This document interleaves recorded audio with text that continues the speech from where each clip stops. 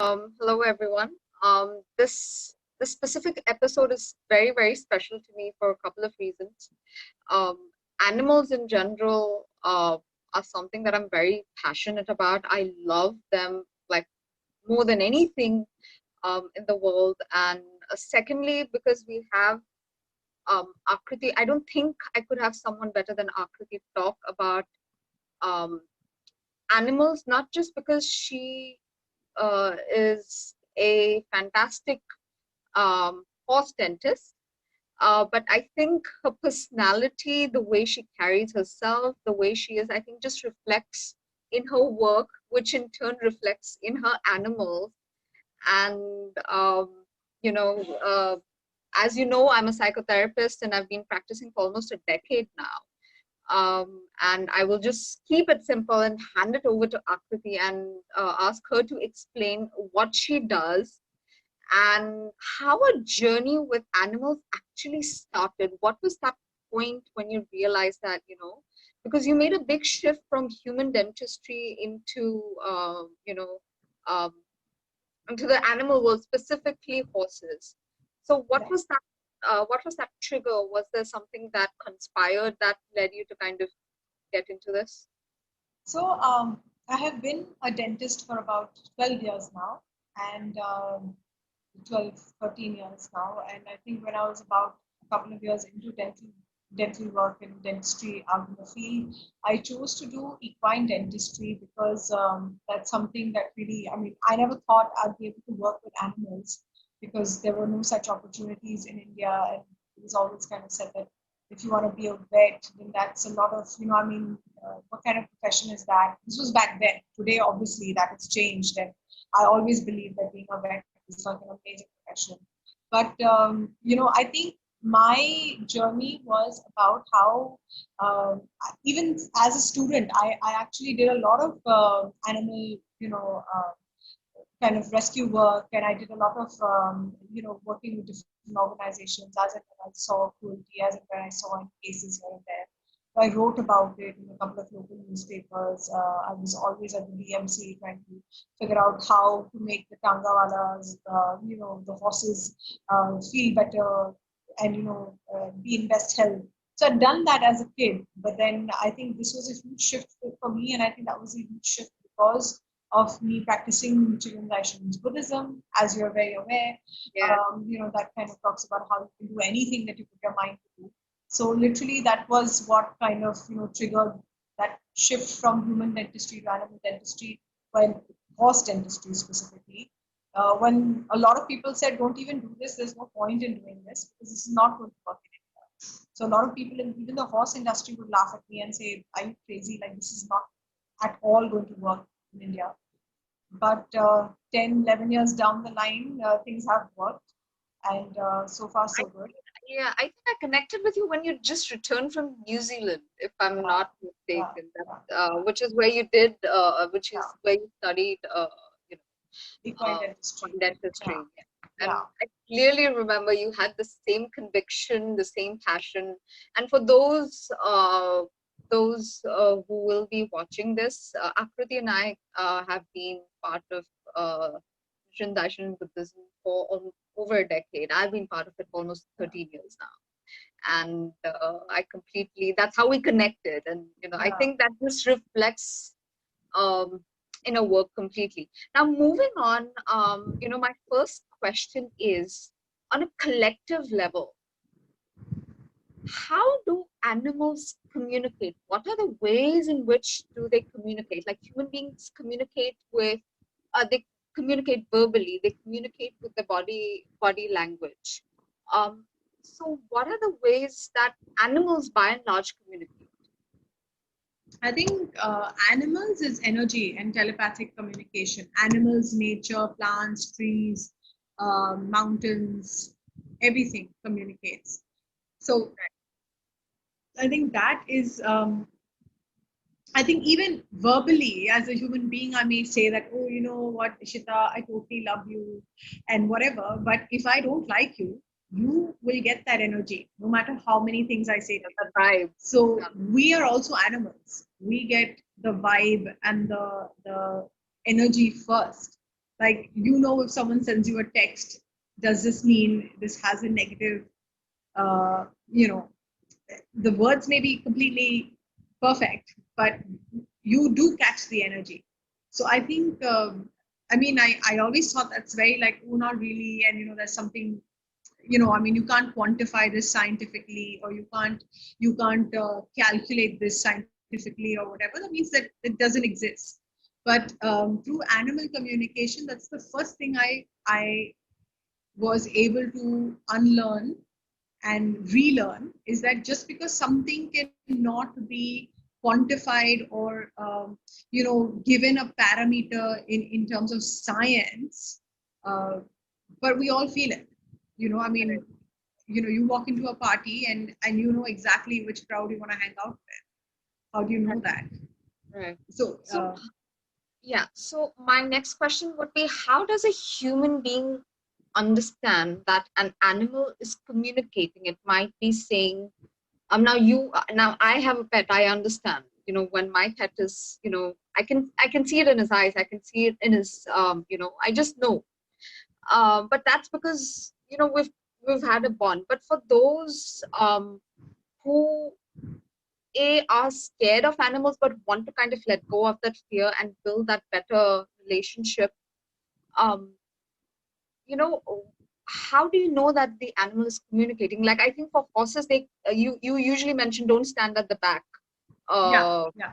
But those are simple things. Knowing the nature of a horse, like right, the characteristics of that animal per se. I would not be afraid of standing behind a horse in New Zealand or in the US, because they're trained very differently. They're handled very differently compared to what we have in India. But I think more than anything else, I think what you just said, I just know, right? So human beings just know a lot of things, but we keep telling ourselves, oh, but I don't know. Oh, but I don't know. How do I know? Because I mean, there's nobody telling me or validating that I know this. So I think that is something that we don't get into very often. But I mean, even I've randomly seen certain kind of things on Discovery where people who knew just knew that they're in trouble. They had no way of knowing that they're in trouble, but they felt it in their gut. So that gut feeling that we talked about, that I was just that about to say, yeah, that the gut sixth feeling. sense, that I just know something's up. That knowing, I think, is very, very important. So, and I do believe that animals have a heightened state of that sixth sense or that awareness. Is that so? Definitely, definitely. And does it differ from animal to animal? No, no. So I think what I learned in animal communication, or what I was made aware of in animal communication, I kind of had a very emotional, very my perspective of looking at the animal. Oh my God, this animal is so much like, oh my God, this animal is treated so badly. Oh my God, they're not thinking of how they're abusing this animal. But the animals had a completely different take on it. So it was really funny for me to say, like, my God, I'm completely emotionalizing, or projecting my emotions on that animal, but the animal is saying something completely different, and he's like, chill, I know what's going on, relax. So it was more like they're more calm, they're more like, so even mountains, even trees, even anything in nature, I mean, when they communicate, I think they know far more than human beings. uh, Right. it's bizarre that I'm saying this sentence, but I actually have realized, so many times when I'm panicking, I'll just be like, okay, wait, just ask the horses. And then they're like, relax, this is going to happen, but chill, you'll be fine. And then I'm like, okay, what? There's no point of me panicking, because they're saying it's going to be fine, this way or that Right. way. So Right. they can see. It's like, if I were to, so if I could back up a bit, so basically it's like when you said that, how do you know, how do you communicate? It's like, if I pick up the phone on you and this is what Manji taught us, and this was like her opening kind of thing with us. It's like I called her up saying, okay, I want to learn this animal communication from you, and but how does this happen? Because I looked at it as, okay, crazy people do this, and how is this even possible? I mean, anyone who loves animals is anyways a little crazy, and they kind of humanize and they overly pamper the animals. So this is taking it to the next level of crazy. So I looked at it from very skeptical point of view. But what she explained to us was that, it's like, if I want to talk to you, Ishita, I can pick up the phone and I can talk to you, right? I mean, the waves are there, like the whatever they're called, the cell phone range or whatever, right? Like, so my cell phone is going to connect to your cell phone, and then I'm going to be able to have a conversation. Now, this is the same thing that we're doing, except for there's no phone. We're just plugging into, she gave a really cool example. She said that, have you seen the movie Avatar? When he plugs his hair into the mane of his horse, his flying horse. So it's exactly that. It's like that. Those channels of communication are open. So it sounds bizarre, but I mean, before the beyond logic in general. It's not even beyond logic, because many a times people listening to this have had this experience. I know I have had it. I'm sure you have. You're thinking of someone, and someone just messages you or calls you, and you're like, oh my God, I was just thinking about it. What is that? I mean, how is that possible? People call it telepathy, but I'm sure there's a. It is telepathy. It is like so telephone is tele and phone, speaking over the phone. So telepathy is basically speaking through your mind. So children are telepathic, babies are telepathic. How do you know your dog wants to go for a walk? Because he's sending you telepathic messages saying, hey buddy, I need to go for that walk, I need to pee, come on, get there faster. So it takes us time to understand that, and then we know their cues, right? Like when he does this, that means he wants to go for a walk. Right. So is that making sense? Like, is that absolutely. So this brings me to the next question. I think you spoke a little bit about that before. Now when it comes to dealing with or training any animal, I think this is something that you mentioned when we had our conversation as well. You very beautifully you mentioned that animals don't need training. It's human beings that need to be trained to be around animals.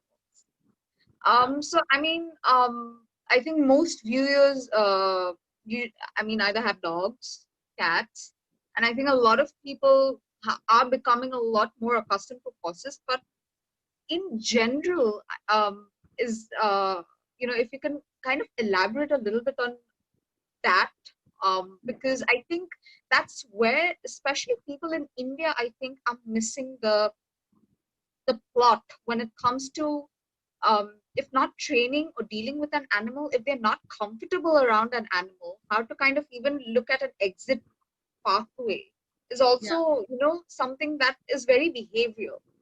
So if you could share a little bit on that, it would be very great, good. So I think this is a great point. I think that animals, yes, basic training at home, because okay, we're sharing a space which is not normal for them per se or whatever.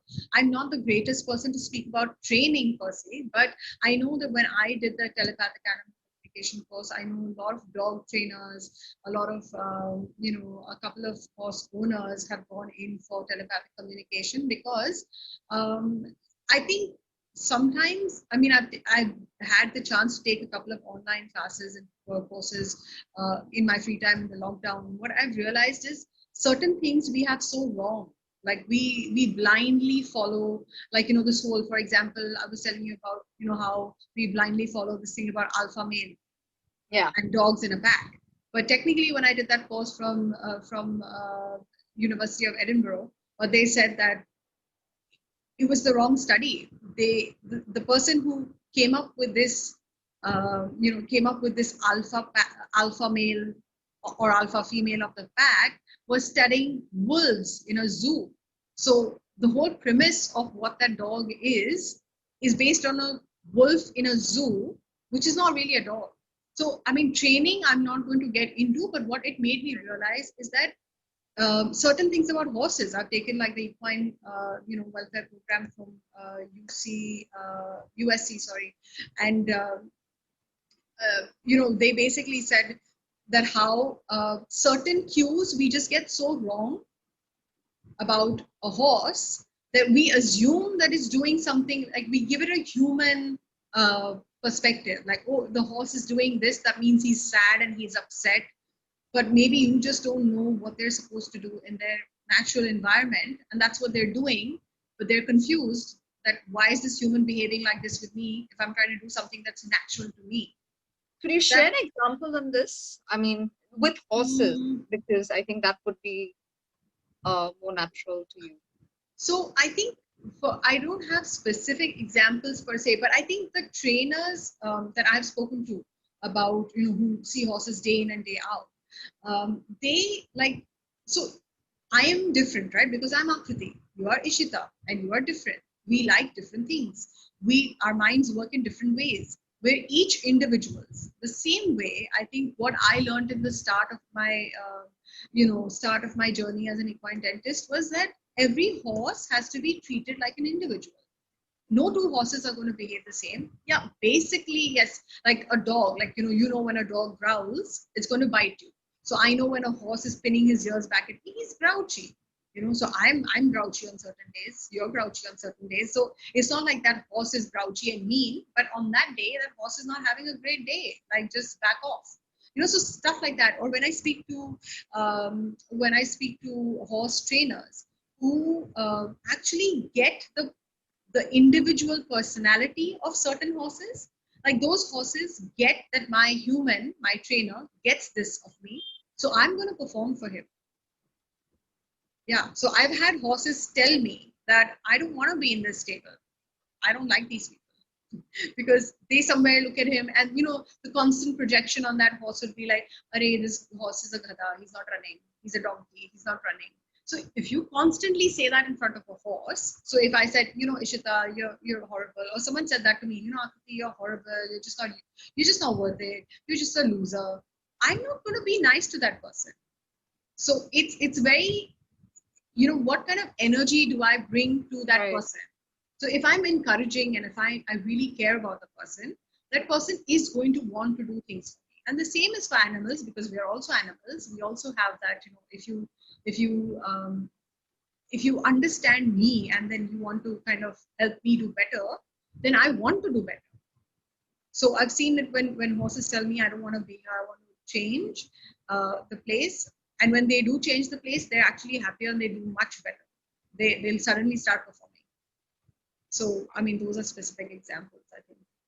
Yeah, but I do understand that animals are very energy sensitive and Yes, environment sensitive as well. Now, absolutely. coming to the projection of an owner's own emotions and fears, I Yeah. think that is also something that we spoke Yes. about, where animals having that heightened sense of awareness. We've often seen, and I've often heard, my Ayurvedic doctor also kind of tell me, and this is something I realized later on, that two of my dogs in Africa, in Zambia, passed away with the same diseases that my parents had. And it freaks people out, but I've realized, the more that I interact with animals, I think I've realized this a lot more, that if there's a problem with, if I should put that as a problem, if there's something that the animal is not responding to in the way it normally would, or if there's something different, how I mean the owner needs to take responsibility, or the So if you so could it's share a little bit on that as yeah, yeah. So I think what we learned in animal communication was that animals choose us. They choose to come to us. Whether you adopt them, whether you buy them, whether they found you on the street, whether whatever, you may think that you're the savior here, but they choose us. They know if they don't want to be there, they will do anything to come out of there. Like, they will not be there. So, for example, I know of dogs who've gotten lost and said, "I'm done. My work there is done. So I want to move on and find another family. I'm not going back." but the human cannot accept that. But also, what you talk about illnesses, I think this is really amazing because, through access consciousness as well as through animal communication, two things that have come out are very, very clear. Animals take on or mirror what we are going through. Yeah. So sometimes they come into our life to show us that, hey, buddy, correct this. Or they come into our life to say, hey, I'm here. I'm going to be a protector. Uh, Let it come to me. I'm going to take this on your behalf. So we actually, when the dog is sick or a cat is sick, or and when owners call me and say, hey, can you figure out what's going on? Many a times the animal will tell me that I have taken on this because I don't want my owner to suffer. My family member, or not, owner is the wrong word, but like my human. So I've always called myself my dog's human, even before I did animal communication, because I truly believe she came to me from nowhere. So when I heard this in two different voices, I was like, wow, this is something that I truly believe. So is that helping? So cats, Absolutely. dogs, and horses are actually healers. They're actually healers. So it's scientifically proven that when a cat purrs, it helps your bones, it helps your body. The vibrating sound of the purr scientifically is proved that it helps the human body heal. In You fact, that being said, another dentist friend that both of us know told me that when a cat purrs on a pregnant lady's stomach, it actually helps the baby's anxiety go down. Oh, really? I Wow. Now I don't know how true this is, uh, but this is what this person shared. I wouldn't be Um, surprised. I yeah, wouldn't be surprised. Yeah. So because dog. Yeah. I've seen an example of this where a friend was pregnant and her three cats looked after her more than her mother would. That's amazing. I And have a story about that with a horse, actually. oh wow, can you share that, please? Yeah, yeah. I mean, this was one lady that I worked for, one of my clients, and she said that, this horse would do certain things to, like, they had like a thing going on where he wants to do a different turn and she probably wants to do something different. So they always had a little bit of a tussle. But when they were working, when they're like doing training together, so there was always that. But I mean, you could see that this lady really loved the horse, and they had a great relationship. But they had this little tutu meme going on, and which was quite nice. It was a good story. But then she said that when I got pregnant, like when she got pregnant, the horse changed, and she was like, I hadn't even told anybody about it, but the day she found out, and she went in to ride the horse. She told me that the horse turned around, nuzzled at her stomach, and sort of gave a nod or whatever. And then from that day on, he was a different horse. And when she popped out the baby, and when she went back to riding, he was back to square one. He was like, okay, let's do this again. So it was like, like she said, that you could sense that he was taking care of me while I was pregnant. Like he never did, must be. So it was quite a cute story. I was like, oh, that's so sweet. And yeah, I mean, I'm repeating what I'm saying. I think they just know. They just They know just, how to behave. This just they proves know. the point that they just know how to behave. I think it's Yeah. us that need to kind of constantly work on ourselves and kind of, and so one last question, and I think this is something that a lot of animal lovers per se, I think, experience is separation anxiety from the dog or the cat or the horse, for that example. Because I mean, most of us know animals don't have a very, very long, I mean, extensive life, probably like you and I do. And I think that um, I've heard a lot of people, and I think I've had people sharing that, seeing that manifest in their animals in various ways. Um, so I mean, in terms of animal communication, or in the sense of um, soothing the anxiety of both the animal and the human, is there something that you could, I mean, share? Yeah.